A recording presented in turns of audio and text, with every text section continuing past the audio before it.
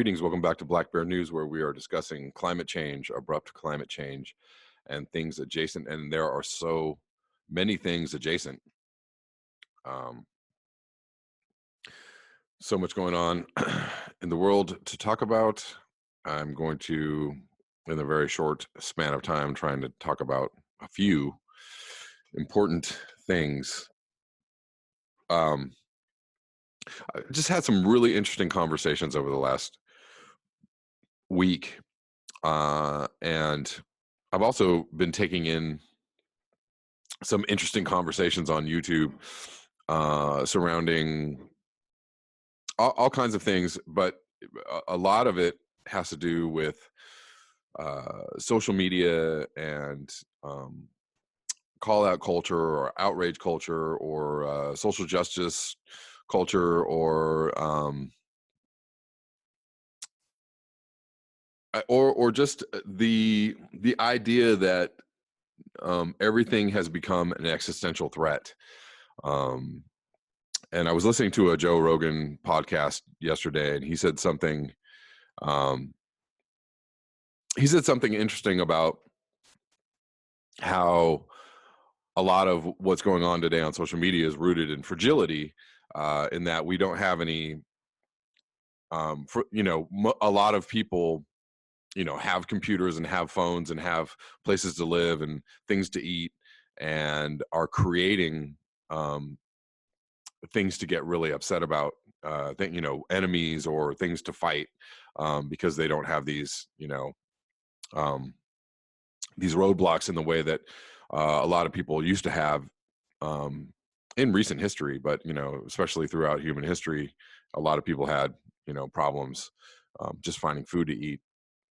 I don't know if that's true or not. That's just an interesting take on his part. I also had a conversation with another gentleman who was involved in community outreach and social justice work, and talking about the fact that things are an existential threat. And people do feel like if you support the Trump administration or are a Trump supporter or a conservative, that you are deaf and insensitive to the needs or the possible problems that people have just being alive in our our culture, being alive in America, being able to succeed or sustain even psychological balance. And that, on some levels, that's very true. There's lots of cases, there's lots of instances in which, but the right is also saying, well, they talk about liberals and people that are challenging their way of life, as if it's an existential threat. And maybe they really feel that way. Maybe to them emotionally, that's what, feels like you're challenging my belief system, my way of life, and therefore I cannot, you're challenging my right to exist, or my right to just be in the world. And the debate just goes on and on and on, and in a sense, on some levels, being a denialist, a climate denialist is putting people in danger, right? Your belief system of being a climate denialist is an existential threat to people, is an existential threat to the future of the planet. And then there's the acknowledgement that whether you're a denialist or a believer, it may not all matter anyways. Whether you're a Trump supporter, being a Hillary supporter or a Obama supporter might actually be an existential threat, because they're a lot of their policies were rooted in lip service, just so they did some things to help people, or they may have promoted policies that helped some people and on other levels didn't help people at all, and promoted just the same kind of oppressive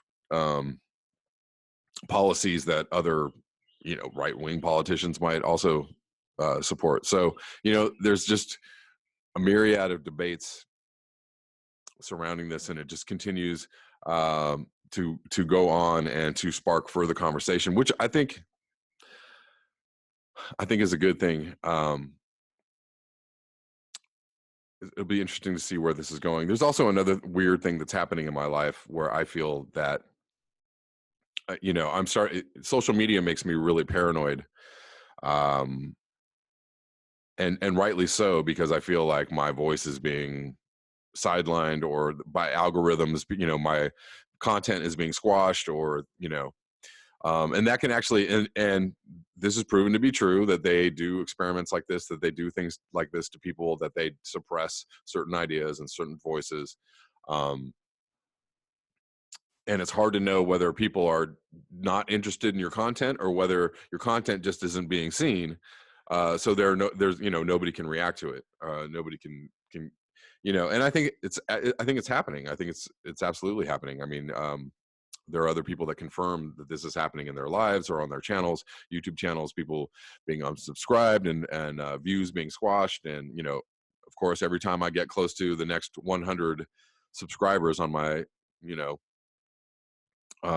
slowly growing channel, everything seems to slow down. And I don't believe that is true. There are a lot of times when my numbers start growing exponentially, and I feel like that's really the truth of how people are taking my information or my presentation, et cetera, et cetera. That all being said, just try and let's try and be kind to each other. I do my best to be reasonable and rational with people, and to not come out of my face at people. Sometimes it's hard. Sometimes people push your buttons, and but I feel like there's going to be, aside from the algorithmic squashing of people's content or voices, which is against people's First Amendment rights. Aside from that, I feel like there's a psychological thing that's happening with social media that is not healthy, and the algorithms that skew everything makes it even more unhealthy. And there's an interesting conversation with Sam Vaknin. I think Henry linked it. I'll see if I can find it and link it below. He talks about the dangers of social media, and it's an interesting conversation. It's pretty long. Anyways, I'm going to move into that was a really long talk. Move into some climate news and otherwise. This is from the Guardian. Insects have no place to hide from climate change, study warns. This is from April 1st. Analysis of 50 years of UK data shows woodlands are not havens, while changing emergence times damage nature and farming. Insects have no place to hide from climate change.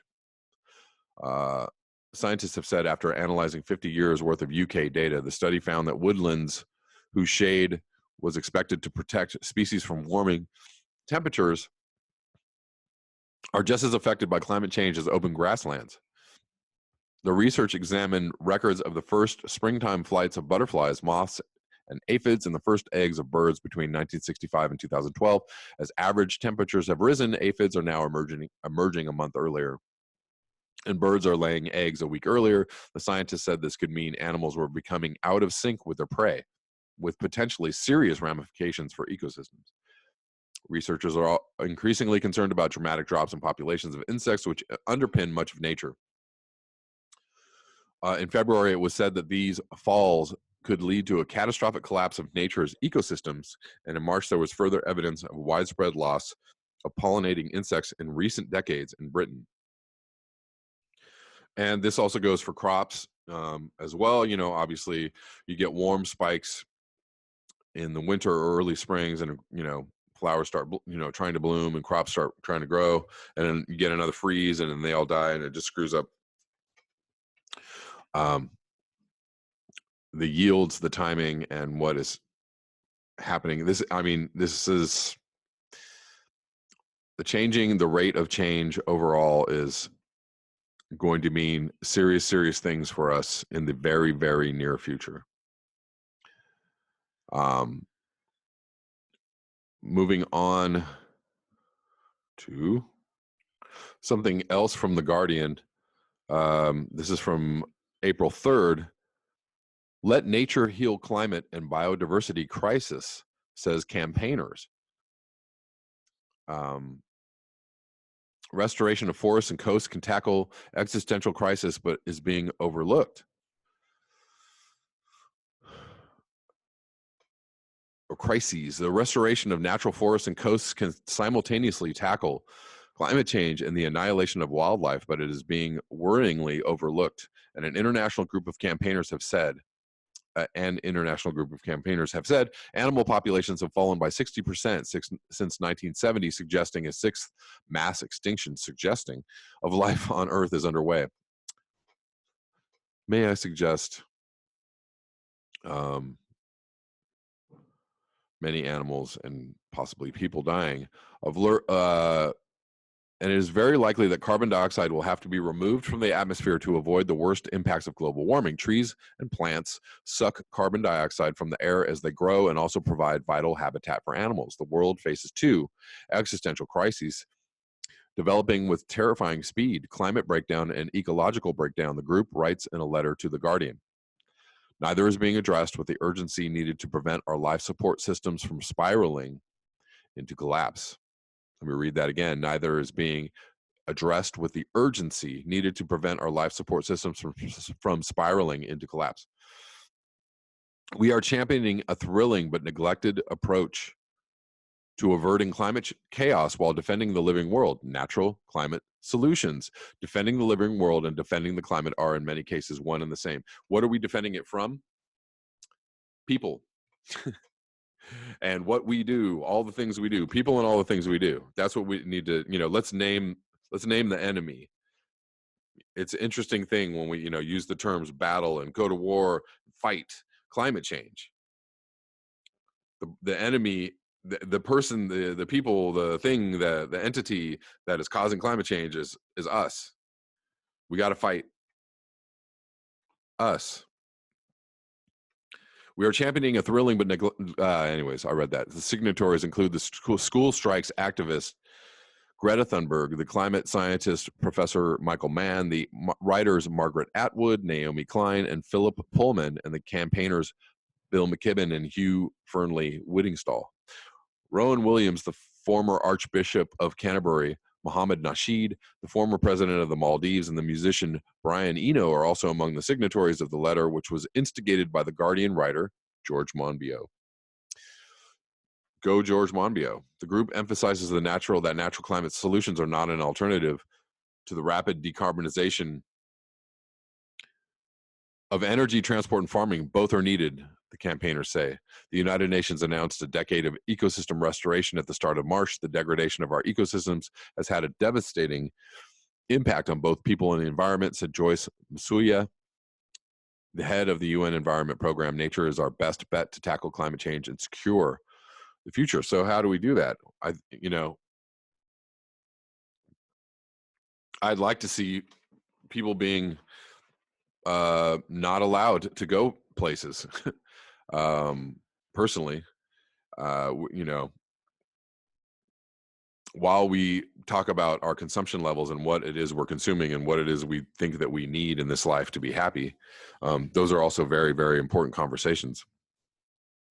We need to seriously discuss closing off wilderness to people. Just close it off, to cars, to things, to airplanes, to, we should consider all of this. Closing off, whole sections of Highway 1 in California, coastlines, mountain ranges, hiking trails, close down airspaces. Don't allow aircraft to go, everywhere that they think that they want to go. I know this is heresy to the ruling paradigm, the ruling thought paradigm. And this is just what? Well, I can't take my children to the, for a drive up. So what? Too bad. We're fucking everything up. You fucked it all up. you know, all of us. It's time to bite the bullet and start, taking some actions that require us to not do and go everywhere we want to go and do everything we want to do. That's what it comes down to. But good luck trying to convince people of that. Um, but let's try. Let's try. I'm gonna finish this up. Well, really quickly, I wanted to hit this one article. This looks positive. Huge global study just smashed one of the last major arguments against renewables. This is from March 31st, 2019, from Science Alert. We just got some massive news in the ongoing drive to switch to renewable energy.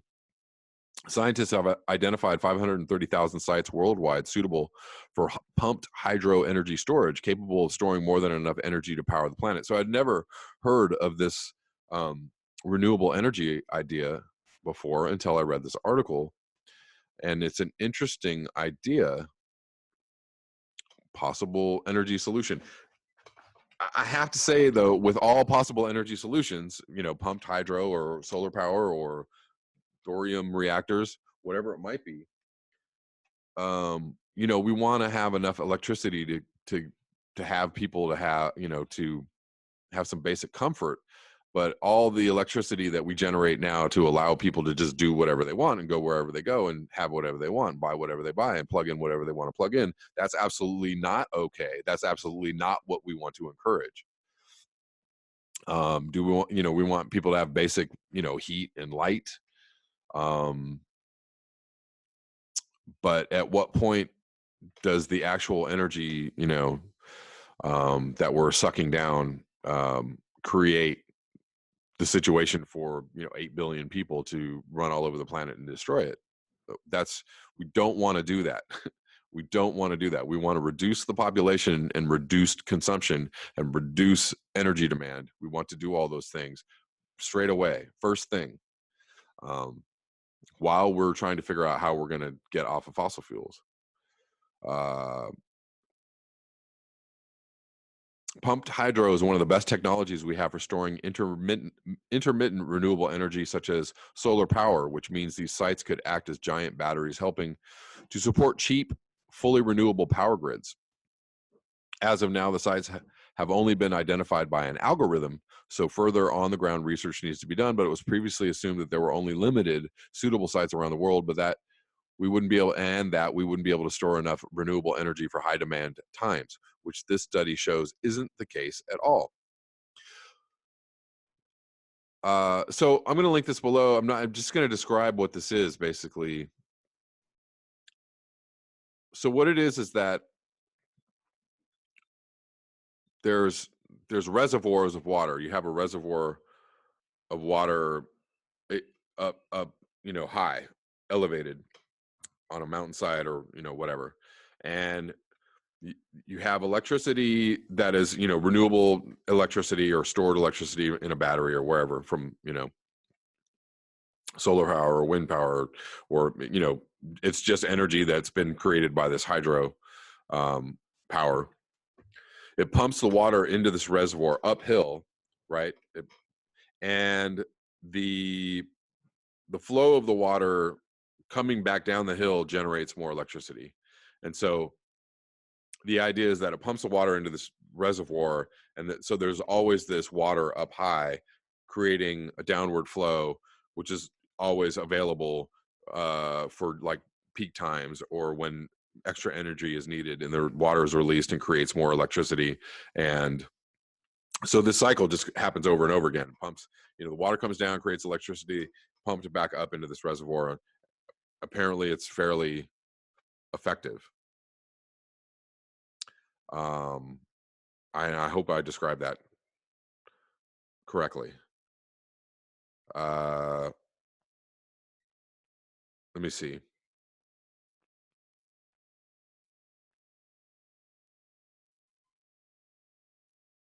Pumped hydro energy storage can go from 0 to full power extremely quickly. It only takes a few minutes. So So here's how it works. What makes pumped hydro energy storage so appealing is that it can be adapted as electricity demands change. Water stored in the reservoir can be discharged as and when it's needed. For example, when a lot of power is required, or when solar or and wind technology aren't generating enough electricity. When demands are lower, water can be driven back uphill to the reservoir using excess electricity generated by wind and sunshine is stored for later. No cooling water is required as it is in fossil fuel systems, which means the electricity demands of the plant itself are reduced. And of course, there are no greenhouse gas emissions. Impact on the environment is kept down to a minimum because it doesn't involve any natural river systems. Scientists say sites like this one, like the ones they've identified, can operate at maximum power for between 5 and 25 hours. There's another benefit of this type of hydroelectric power system as well. It can start up quickly. Pumped hydro accounts for 97% of energy storage worldwide. I don't understand that. Has a typical lifetime of 50 years and is the lowest cost large-scale energy storage technology available. Anyways, going to link this below. I found it interesting. Maybe you guys will too. And lastly, but not leastly, I'm going to read this article from James Howard Kunstler, or Howard Dean Kunstler, however my mind likes to say his name. Biblical Anxieties from April 1st, 2019. The sore beset people of this land may be good and goddamn sick of politics, Russiagate, and Trump-inspired social strife, but they may soon have something more down to earth to worry about: biblical floods and plagues. Media hysteria around the Mueller report has nearly eclipsed news of historic flooding in the Midwest that has already caused $3 billion in damage to farms, homes, livestock, and infrastructure. With spring rainfall already at 200% of normal levels, the National Oceanic and Atmospheric Administration issued a statement in late March saying this is shaping up to be a potentially unprecedented flood season, with more than 200 million people at risk for flooding in their communities. More to the point, two major Western dams show disturbing signs of potential failure that may bring on unprecedented disasters. The Oroville Dam on the Feather River north of Sacramento, the highest earthen dam in the U.S., nearly blew out in February 2017 when record rains damaged the main spillway, threatening to send a 30-foot wall of water downstream towards California's capital and towns along the way. When that spillway was closed to assess the damage, which was significant, the secondary emergency spillway was opened for the first time since the dam was built in 1968. It too started disintegrating, and before long, Lake Oroville began flowing over the top of the dam itself. The state had to order evacuation of 188,000 people in 3 counties. Frantic efforts to drop sandbags from helicopters stabilized the damage, and luckily the rain stopped. Subsequent lawsuits against the state's Department of Water Resources revealed shoddy maintenance, theft of equipment, and poor record keeping. Now, 2 years later, new cracks have appeared in the repaired Oroville Dam main spillway. The Sierra Nevada snowpack stands at 153% above average. And National Weather Service predicts that weak El Nino conditions with above average Pacific Ocean temperatures are likely to produce above average rainfall this spring, along with snowpack melt. The Fort Peck Dam on the upper Missouri River in Montana is likewise troubling experts watching a record snowpack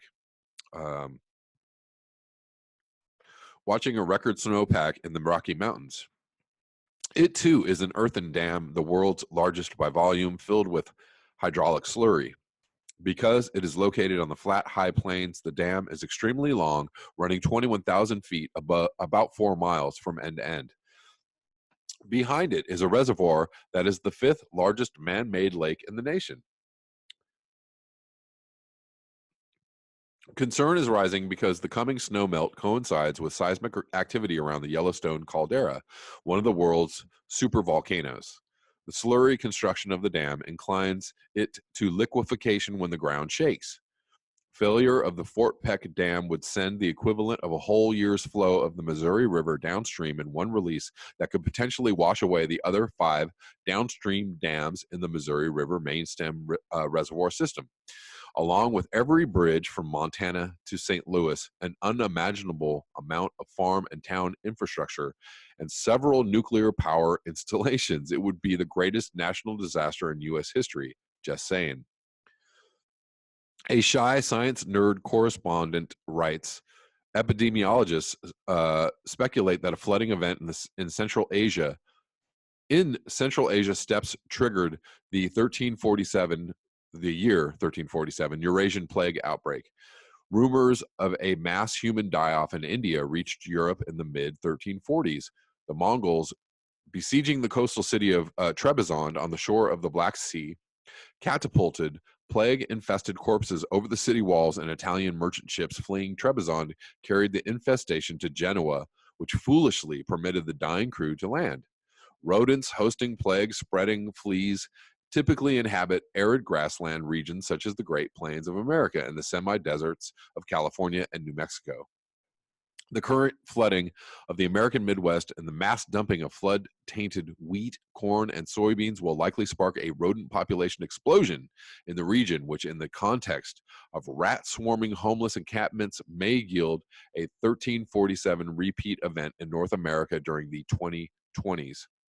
What happened before can happen again.